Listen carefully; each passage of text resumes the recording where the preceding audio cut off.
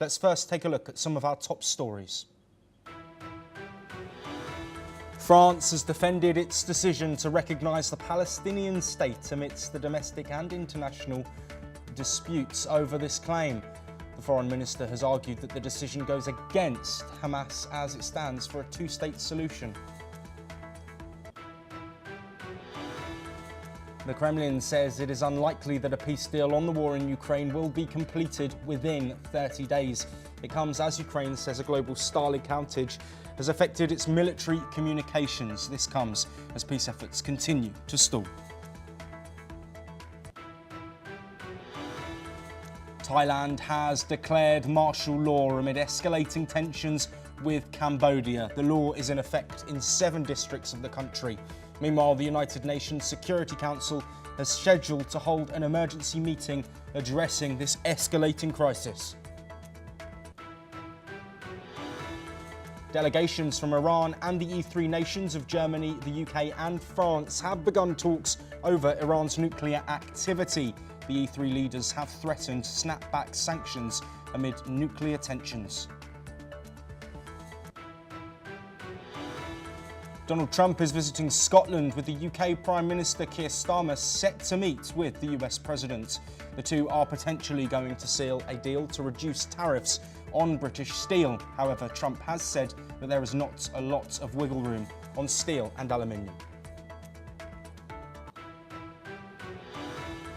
The UN rights chief has slammed Britain's ban on activist group Palestine Action as a misuse of the UK's counter-terrorism law. They have further asked the Starmer government to change their mind on this decision.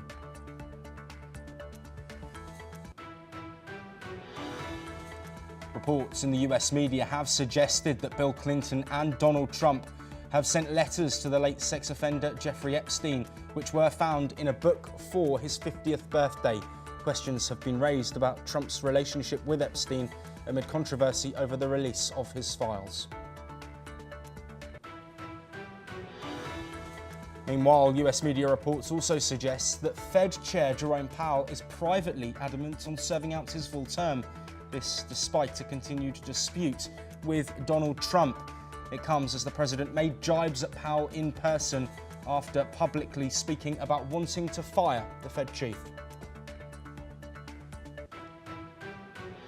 But first, this hour, we look to the Middle East as Israeli Prime Minister Benjamin Netanyahu says that Hamas is the main obstacle to a Gaza hostage release deal. Talks have stalled, and Netanyahu says that Israel, with the US support, is exploring other options. Meanwhile, President Donald Trump weighed in, saying he believes Hamas will be hunted down. In Europe, Italy's Foreign Minister Antonio Tajani says Rome can no longer accept carnage and famine in Gaza. While criticising Israel's actions, Tajani made it clear that Italy will not yet recognise a Palestinian state, unlike France. He insists recognition must come only alongside formal recognition on the state of Israel. Well, joining us to look at these developments, Jordan Cope, a Middle East expert who is joining us from Dallas. Jordan, let's first look at the comments from Netanyahu and Trump's recognition of the situation. The Israeli Prime Minister saying that it is Hamas who need to resolve these situations and look towards a ceasefire in the face of concerning reports coming out of Gaza. The US, as they often do, backing Israel, but also saying that Hamas will be hunted down. Is this potentially signalling the next step if a ceasefire deal can't be agreed, with Hamas targeted at a more extreme and potentially more devastating military impact than we've seen already? So just to clarify, nobody wants this war to continue. Nobody wanted this war to be fought in the first place. Unfortunately, we have to remind people why it began, because people have simply also turned the page on the recent massacres committed against the Druze in Syria as well. When it comes to minorities within the Middle East, they get massacred and people simply turn the page because they don't take the threat of Sunni Islamist terrorism that seriously. On October 7th, 2023, Hamas invaded Israel, killed 1,200 people, butchering many in the most inhumane fashion one could imagine. It seems right now that this war has persisted for 2 years, everybody wants it to come to an end, except for Hamas. because Hamas ultimately realizes that the longer this war continues, the better its case for delegitimizing Israel. And Hamas has instituted in its charter what its ultimate goal is, which is to destroy Israel. So what Hamas is trying to do is to prolong this conflict. It doesn't want to return the remaining 50 hostages so it can declare victory, so it can manipulate Israel in the future to giving concessions, and so that it can ultimately remain in power. Now, Israel has fought this war for two primary purposes. One, because, I guess three. One, because it had to. Two, in order to ensure that Hamas never is able to commit these attacks again, thereby making sure that it can't stay in government. And three, and perhaps also just most importantly, getting the hostages home. Now, the United States and Israel have recognized that Hamas has been the primary obstacle throughout this whole process. Israel has returned disproportionate amount of prisoners within its system, many of whom some of the worst terrorists known in recent history, to the Gaza Strip and to the West Bank in return for a significantly smaller number of hostages, sometimes a ratio of 20 to 1 or even higher. So Hamas is ultimately the obstacle. They don't want this war to end, or they want it to end in a way where they can remain in power. And if we want to stop bloodshed and carnage in the future, we have to prevent designated terrorist organizations such as Hamas from killing 1,200 people at a moment's whim in the near future. Yes, Jordan, of course, I want to look now to the comments coming out of Italy. There has been a lot of conversation from European nations, most notably France, about the ongoing situation in the Gaza enclave. Is there a possibility that Israel can continue their offensive and carry out their aims in this war, but also allowing the aid that's waiting on the borders of Gaza, the UN aid inside, to stop the devastation that's being seen in the Gaza Strip? So Israel ultimately, just to clarify what Israel's done, Israel from the beginning of the war has actually allowed more aid into Gaza than it did before. It's ultimately, with the Gaza Humanitarian Foundation right now, just to give some further context, they've provided approximately 2.1 million meals since the end of May. There are approximately 2 million residents in the Gaza Strip. It's a significant effort underway. But Israel has also allowed over 2 million tons of aid into the Gaza Strip since the war began. It's gone through significant efforts to preserve civilian lives, millions of evacuation warnings, phone calls, etc., to make sure that civilians can stay out of harm's way. Now, unfortunately, when it comes to every war, there will be civilian casualties. But as military expert John Spencer has also noted, despite this warfare being conducted in one of the most densely populated areas in the world, Israel, in terms of modern urban warfare, has still managed to keep the civilian to combatant ratio significantly low. And so what Israel is now going to do, Israel has requested, or at least allowed, and is beginning to coordinate with Jordan and the UAE to begin their airdrop humanitarian assistance campaigns that they did previously. The United Nations also bears, I guess, some responsibility for some current food insecurity, even though it doesn't seem that the conditions for famine have been met. The United Nations has been withholding, according to the GHF, tens of thousands of pounds of humanitarian aid, largely out of political spite. GHF didn't necessarily clarify the reason, but it's clear it's largely out of political disagreements with Israel, its frustrations with Israel for making sure that UNRWA doesn't continue to sustain Hamas in the Gaza Strip and to sustain radicalism throughout the territories. But Israel ultimately is still allowing more aid to come in, even at the risk of ultimately advancing and enhancing Hamas's capabilities in the Gaza Strip and sustaining them. Yes, Jordan, I just want to pick up on the figures that you mentioned there as we do bring this conversation towards a close. You say that just over 2 million meals have gone through the GHF aid distribution system, but we know that there is around that number, if not slightly more, people living in Gaza. So that's one meal since the end of May that's been going through this GHF aid route and aid distribution centre. We're looking at a situation where there are reports of children dying of acute malnourishment. There are reports that are saying that there is a very limited amount of medicine and supplies needed for these children to survive. I understand the situation that you're saying around Hamas getting that aid, and that, of course, it is an extremely difficult situation if the Hamas group is being fed and strengthened through this aid that is there for the civilians. But at what point is there an acknowledgement of the situation that is there on the ground from the Israeli government? The reports from every group in there, in the Gaza Strip, almost every single humanitarian group says that famine is at a high level, that children are dying and that it is getting worse. Surely the efforts that have happened till now might be one thing, but moving forward with that international pressure, potentially more needs to be done. So, Josh, I'm glad you clarified me. I made that clarification. I actually made a mistake with the number. The GHF has actually provided far higher number of meals. It's provided 90 million meals since the end of May, 45 times more than the number just stated. It's a significant, significant effort. I'd like to clarify the international community has systemic bias when it comes to Israel. When it comes to the United Nations itself, over 50% of all resolutions in the General Assembly and the Human Rights Council have targeted Israel, not just in this year alone, in many recent years, going way back.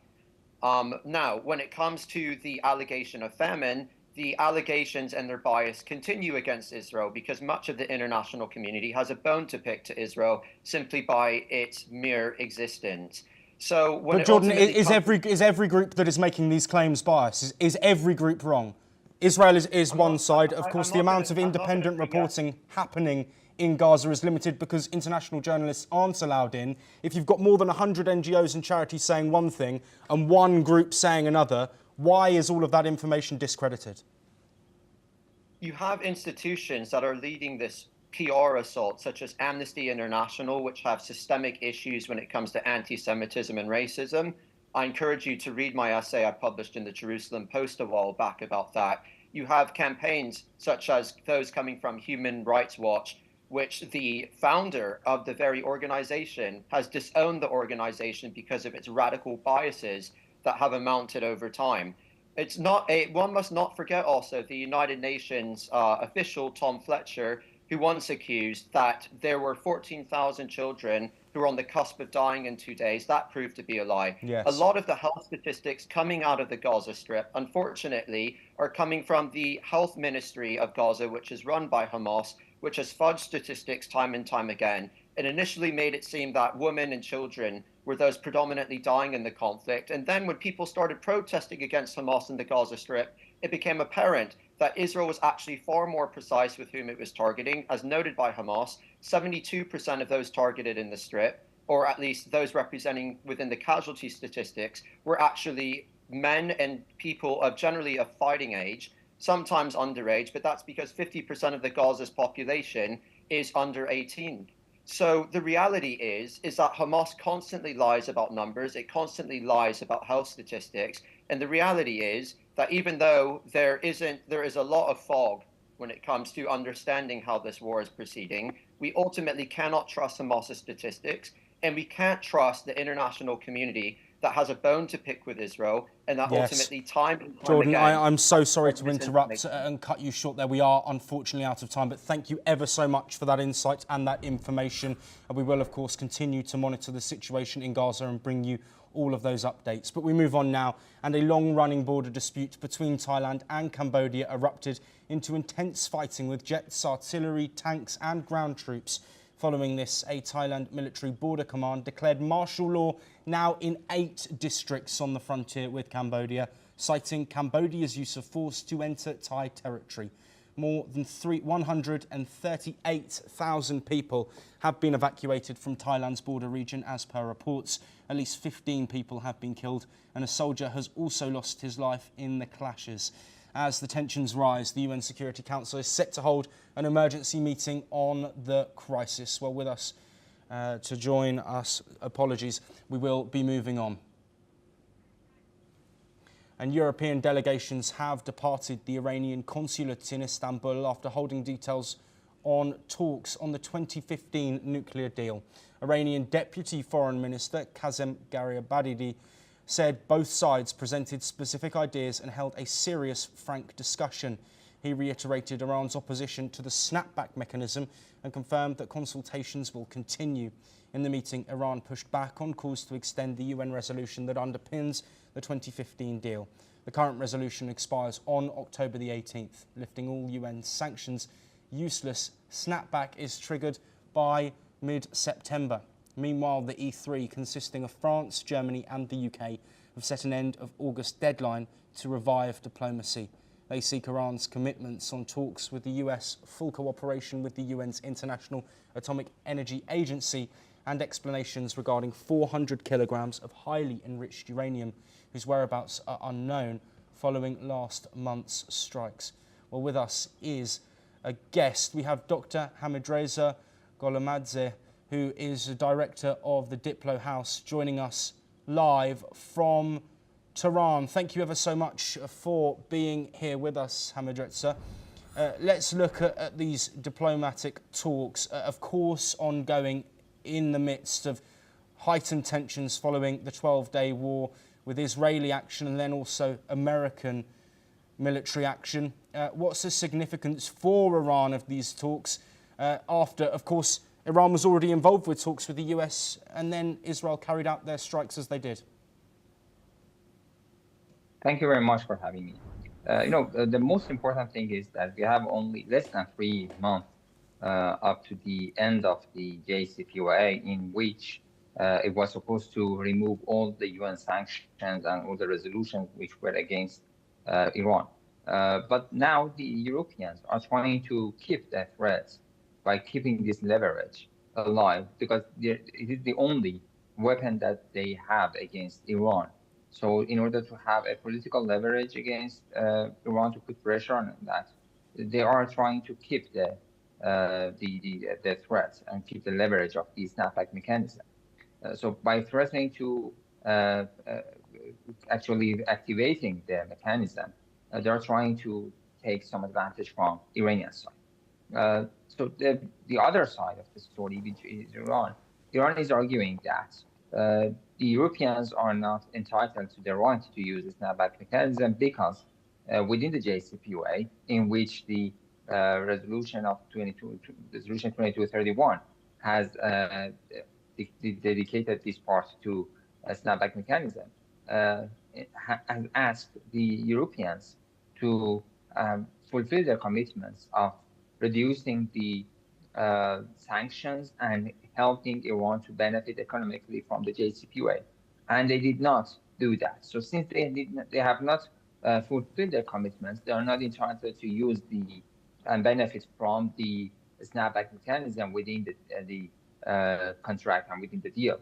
So it is some legal arguments. The other argument is that according to the resolution 2231, if the snapback. Yes, well, while we work to get Hamidreza back, of course, the context of this situation is difficult, and the situation surrounding a potential new nuclear deal is a topic of contention, of course. Hamidreza, we do have you back now. Sorry to cut you off there. We had some signal issues, but very briefly before we move on, I want to look at this deadline coming up in October for this initial nuclear deal that was signed in 2015. We know that deal took unification and effort from multiple different countries: China, Russia, European nations, the US, Iran as well. That took years to get that deal done. Has it been left too late? Because we know this deadline is coming up. Steve Witkoff, who before becoming the Middle East envoy didn't have any diplomatic background, he was in charge of getting this deal done between the US and Iran. So does this really now need a multinational effort to try and get a deal over the line in which every party can be happy with the resolution and avoid a further conflict like we saw in June? So what we have is the scene is like that. The Americans that have admitted that they used negotiations as means of deception in order to bring Iran to war. So that's the American side, and Mr. Witkoff and the Trump administration. The Russians and the Chinese are against a snapback mechanism triggered by the Europeans because they have this legal argument that they are not entitled to that. And there remains the Europeans who are playing to the playbook of the Americans by politicizing the JCPOA, and they are using this leverage as the only political leverage that they have. If the deal is finished and the snapback mechanism is terminated, they don't have any other political leverage against Iran. So in order to keep this leverage and in order to keep the place in the play, international scene of the play with Iran, they need to keep this. So the only cause that they are saying, all the things that they say that we are giving the end of August deadline for Iran to have negotiations with the Americans, is not for keeping the deal alive, is not for keeping the JCPOA activated until the end of the story, which is about mid-October. They want to put pressure on Iran in order to force Iran into having some negotiations and deals with the Americans, which includes zero enrichment, which includes missile programming, which includes regional issues. And they know that Iran is not going to accept that because these are the red lines of Iran. Iran is not going to give up its nuclear enrichment right. Iran is not going to discuss its missile capabilities, which is its defensive capability, and is not going to discuss region with anyone else. So they are politicizing the situation in order to benefit from that and in order to actually butter up the Americans and to make a Trump administration happy with the service that they're paying to the Americans by killing the JCPOA. Dr. Hamidreza Gholamzadeh, thank you ever so much for taking the time to speak with us on a topic of extreme national and international importance. We will continue to bring you developments on those discussions ahead of the EU deadline. But we now move to North America, and US President Donald Trump has said that Japan's $550 billion investment in the United States was seed money during his visit to the Federal Reserve. Trump also said that negotiations with the European Union and other countries were doing well and that there is a 50-50 chance of a deal with the EU. The US President said that most trade deals would be done by August the 1st. He also told reporters that he expected to issue additional letters unilaterally setting tariff rates on other countries in the coming days and expressed confidence that upcoming trade talks in Stockholm with China could yield more progress. According to Trump, the US and China have the confines of a deal. On the other hand, regarding a trade deal with Canada, Trump said that the United States may not reach a negotiated trade deal and suggested that his administration could set a tariff rate unilaterally. Let's have a closer look at what the president had to say. The country is doing really well. I just briefed the chairman on the deal we made with Japan. Japan is putting up $550 billion in order to lower their tariffs a little bit. That way they have a little bit lower tariff. And they also opened their country to free trade, which nobody thought was even a possibility. And we get a zero tariff in the free trade. We don't pay tariffs, and they're going to pay 15% on everything they send into our country. So it's great. But they put up, as you could call it, seed money. Let's call it seed money. You could call it anything you want, but it's a total of $550 billion. So nobody thought any of that was possible, and it's wonderful. And we're doing pretty well with the European Union, likewise, and we have some others. They're all really big, and our country's going to make a lot of money. We would be helped if interest rates would come down, but we're going to see how the board rules on that soon. I'd love to see them come down a lot, but we have a country that's thriving. Well, joining us to discuss Trump's latest comments, Raymond Vickery, the former US Assistant Secretary of Commerce, who's joining us from Washington, D.C. Raymond, as always, a pleasure to have you on the programme. Trump making a lot of statements there, a lot expected, trade talks ongoing, but an acknowledgement that some deals might not be done and those unilateral tariffs will come into force. What's your opinion generally on Trump's tariff action ahead of this deadline and in the face of deals potentially not being done, causing further complications to international economics? Well, thanks very much for having me. As we have discussed in the past, it is absolutely necessary that to build peace and prosperity throughout the world, that we have a reasonable and logical and institutional approach to economic engagement. Security and economic engagement cannot be separated. They are part of the same reality. That having been said, it is important to keep in mind that President Trump has basically abandoned the multilateral system of international trade, which has been in effect really since World War II, first with the General Agreement on Tariffs and Trade, and then the World Trade Organization. And what he's done is take a real estate developer's approach to this, and that you can make deals bilaterally, and that will substitute for some sort of institutional approach. What's going on here, of course, is really smoke and mirrors in regard to the international trade system. If you try to get the details of these so-called agreements, you'll find that the details aren't available. And Wall Street and the markets in the United States have adopted the approach of taco, that is, Trump always chickens out.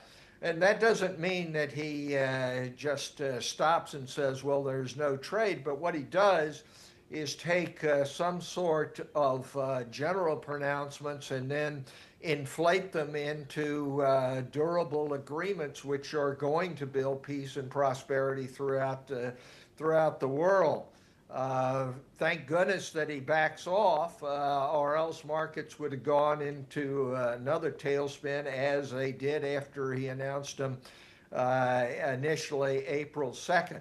So I think that what's going to happen here is the pattern which has been already in place with Vietnam, UK, now Japan and China, to say, yes, there is an agreement and President Trump will proclaim victory.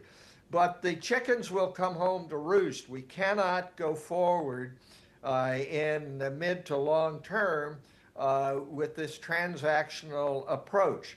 So it's up to the nations of the world, particularly those who have adopted democracy and market-driven approaches to economic development, to try to put back together some semblance of institutional stability so that in the mid to long term, the average man and woman throughout the world will be benefited, rather than being shoved from pillar to post with tariffs that are on, off, and they're only going to be done by letter, and that's not sustainable. Yes, Raymond, do stay with us as we move away from North America.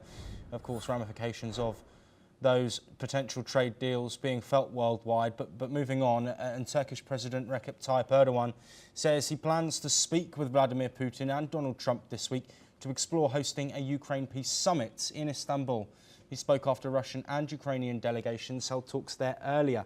Erdogan also highlighted Turkey's defence growth at the IDEF 2025 fair in Istanbul. He says defence industry potential rose from $20 billion to $80 billion under his leadership. Major global orders are increasing as Turkey strengthens its position on the world stage. Let's have a listen to what the Turkish president had to say. Heyeti Sülah'ına geçmeden önce bizlerle Ankara'da bir araya geldi. Ben de kendilerini kabul ettim. Onlarla görüşmelerim oldu. Tabii bu arada Sayın Vladimir Putin'le görüşmem oldu ve bu görüşmelerde de kendilerinin desteğini istedik. Ve bundan sonraki süreçte de özellikle belki bu hafta içerisinde tekrar Sayın Putin'le ve bunun yanında Sayın Trump'la da görüşmeler yapmak suretiyle acaba bu liderleri bir araya İstanbul'da getirebilir miyiz? Bunun gayreti içerisinde. Well, Raymond, thank you for staying with us. We have about a minute or so left, but I just want to very quickly look at a potential Ukraine peace summit. Of course, no real ground made in these 3 rounds of talks between Russia and Ukraine. What really needs to happen next diplomatically from global players to try and get an end to this war?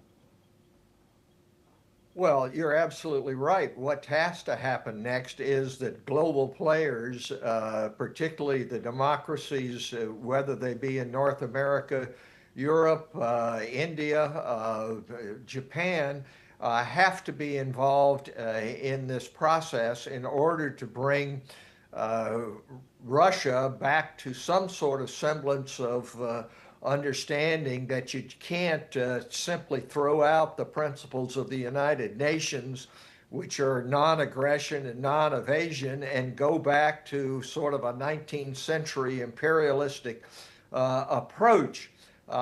President Trump has learned something, it seems to me, from being in office for 6 months. He said he was going to solve this problem on day one. It was no problem for a negotiator, and that it would never have happened without him. And he's finding out that that is just absolutely not true.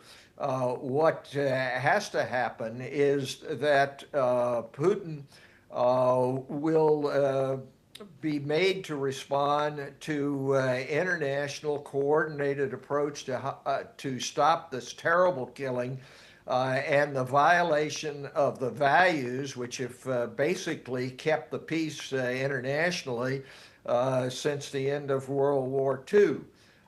Without that, it's not going to work, and it is to be welcome that President Trump seems to be learning that his friend Putin, that he thought he could make a deal with on day one, really is not responsive to that approach. Yes. And now is the time for these great democracies to step up and try to restore the values which have kept the peace since World War II. Raymond Vickery, thank you ever so much for taking the time to speak with us on both of those topics. All of the updates from potential peace discussions will be brought to you here on NewsX World, that between Russia and Ukraine. But we move on now and to Africa, where in Sudan at least 30 civilians were killed in a 2-day attack by the paramilitary Rapid Support Forces. That, according to War Monitor emergency lawyers. The assault took place in Brima Rashid village in West Kordofan. Victims included women and children. The group says RSF fighters also stormed hospitals, expelled patients and used the facilities for their wounded. Those who resisted were beaten or detained. Clashes have spread across nearby En Nahad, a key RSF-held city. There has not yet been an RSF response. The ongoing conflict with Sudan's army has now entered its 3rd year, displacing over 14 million and potentially killing tens of thousands of people.